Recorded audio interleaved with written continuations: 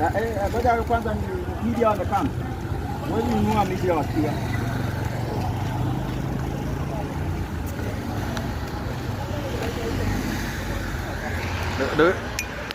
We should not and we cannot allow politicians to hijack our country because that is what they have done. My brother no, please no, please no, please no, please no. No, we have a right to go. We have a right to go. Wazazi kama kwani?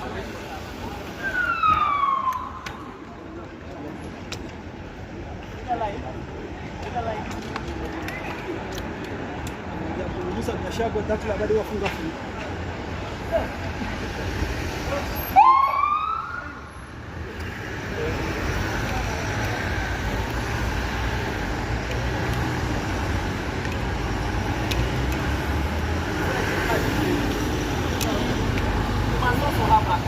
A debate about the people of this country. I mean, we should not allow our priorities are upside down. Our priorities are lopsided. A whole parliament can sit down to debate about the impeachment of a deputy president while poor people are dying in hospitals, while poor people cannot afford the basic necessities of life, while people are dying everywhere through road accidents, while we hear of stories of Adani taking our airport, a criminal from India taking our airport. It's so sad. Ketrako, the chief, all these issues. These are the issues that we should be talking about. It's so sad, as I've said, that the politics of Kenya has never been about the issues of the people, of the issues of the common man, of the common people. It has never been about. And now this has reached a climax. The arrogance, the pride of our leaders has hijacked this nation. Because I don't see anything happening. Because when leaders fight against one another, it means this country, nothing can work for the people. Nothing is working, going to work where our leaders are fighting one against the other. Somebody said that when two bulls fight, it is the grass that suffers. It is we the people who are going to suffer. And when we come out to protest and say we are suffering, we are jobless, we are hungry, we cannot afford a health care, we cannot afford a decent life, they said the police, or the government sends the police to kill us. We are Kenyans. Why are we being killed for saying the truth? For saying we are tired of this kind of system, this kind of governance, bad governance. In 1885, we have never been free since then. We feel a nation that has refused to address. We have refused to address all the historical injustices that have been committed in this country. What's wrong with you, my brother?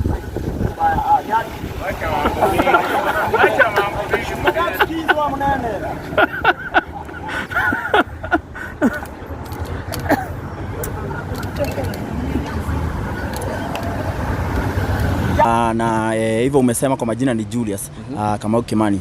So wacha nitumie Kiswahili kidogo ndio tufikie araja au audience, because kuna kitu tunajaribu kupigana nayo sana hapa Kenya. Hii kitu inaitwa ukabila.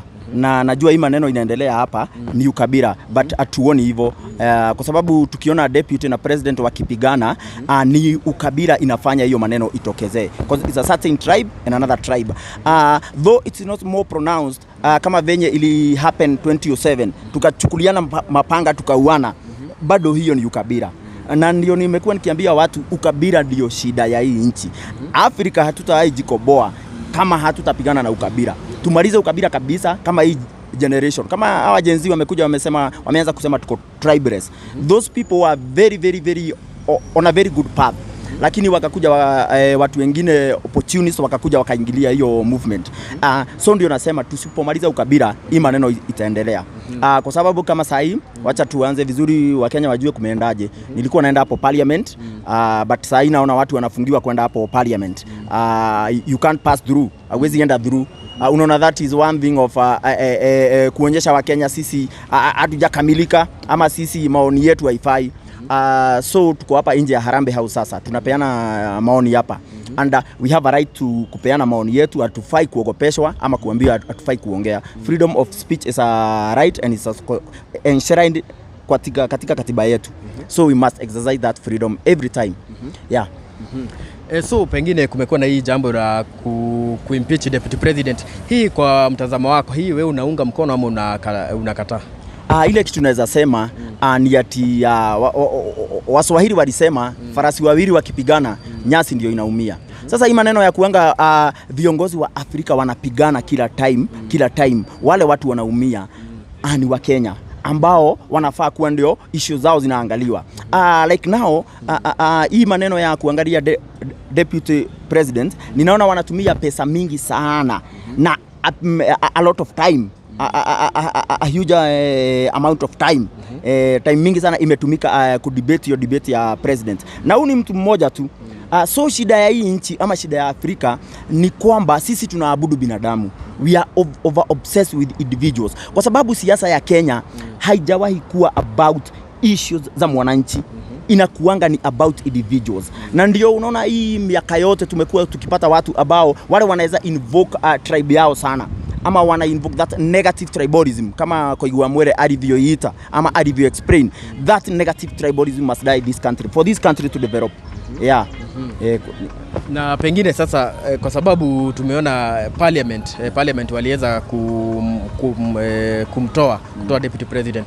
Hii your message to the MPs ni gani ambao walishirikiana katika hilo jambo? Nasikia vibaya sana. But me, I'm not shocked because our leaders are greedy. Tunasikia walipewa pesa ndio wa support your motion. Na sasa kama hao ndio viongozi tuko nao ambao tu wanafikiria matumbo zao, sasa hii nchi itaendelea lini? Sasa kuna issues mingi sana tunafaa kuwa tukiongea. Kuna issue ya adani, kuna issue ya hii university funding model ambao students wanakatana nayo, wanasema si mzuri, inafanya education ikuwe very costly for the poor man.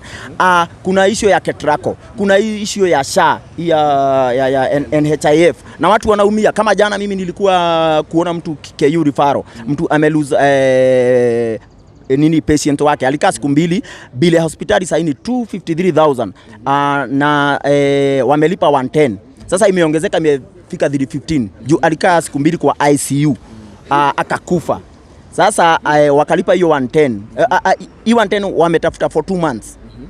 Na ndio wamepata, wamepeleka. Wakishalipa bado hospitali imekataa kuachilia mwili. The body is still detained there. So tutakuwa tunapitia maneno kama haya mpaka lini? Hizi changamoto kama hizi. Ati yani tunakufa kwa sababu hospitali hazina madawa. Tunakufa kwa sababu doctors are demoralized.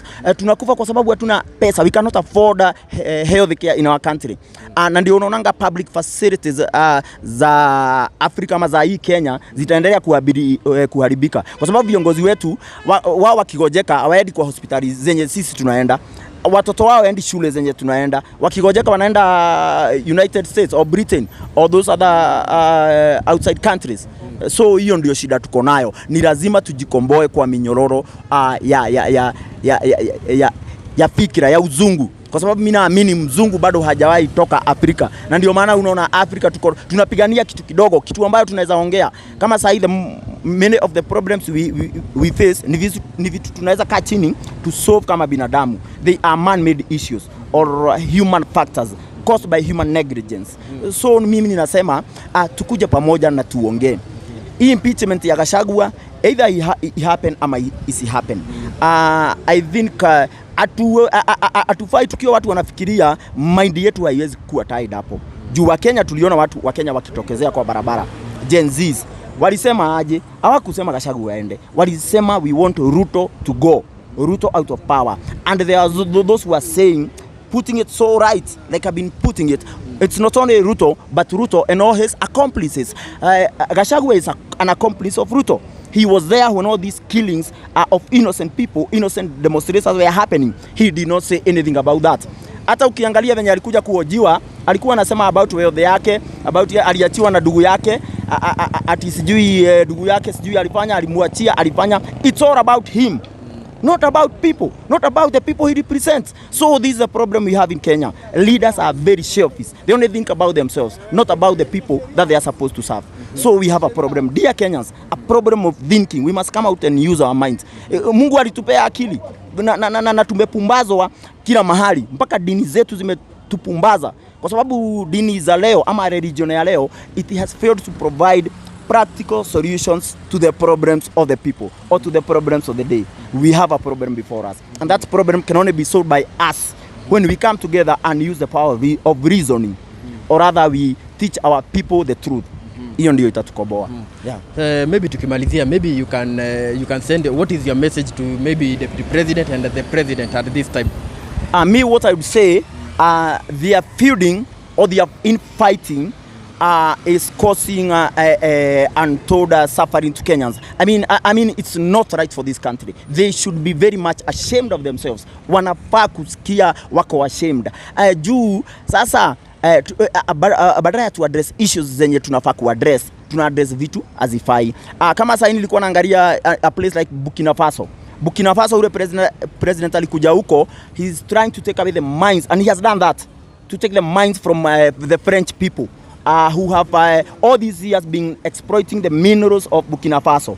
Na hiyo kitu bado ina happen Kenya. Tukiona polisi wetu juu tumesema tumechoka na umaskini, tumechoka na kukua jobless, tumechoka na exploitation of the rich by the poor, of the poor by the rich, tunatumiwa polisi wanatuua. Ni kitu haifai.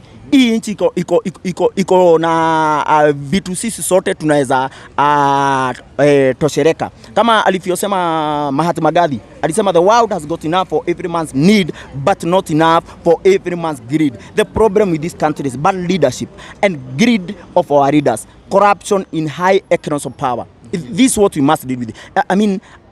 I was saying the politics of Kenya has never been about issues. Kenyans, wake up. It has never been about you and me. It has always been about individuals who enrich themselves at the expense of the people. This has been happening for 60 years, but nobody wants to come and dissect these issues. Nobody wants to come out and speak about these issues.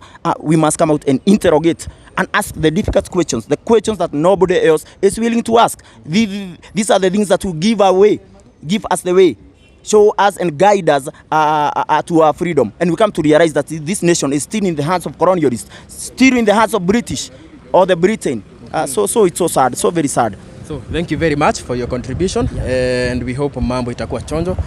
Kugo mwero ni tugiko tugikinya hau uguo na tukiuma kwa Kikuyu Nation o hamwe na Kikuyu Star TV ni geto DPP.